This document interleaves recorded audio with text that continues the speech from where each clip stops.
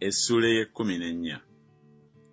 Ayi Isirayiri, komawo eri Mukama Katonda wo, kubanga ogudde olw'obutali butuukirivu bwo.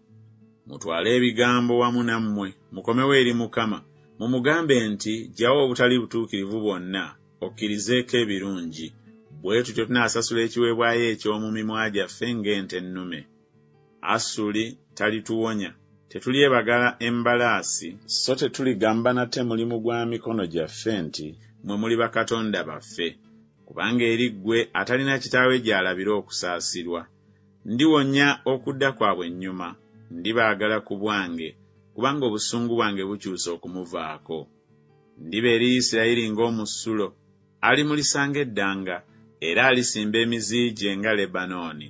Amatabi ge galiranda, n'obulungi bwe buliba ng'omuzeyituuni, n'akaloosa ke nga Lebanooni. Ababeera wansi w'ekisiikirize kye balikomawo, balirama ng'eŋŋano ne bamulisa ng'omuzabbibu.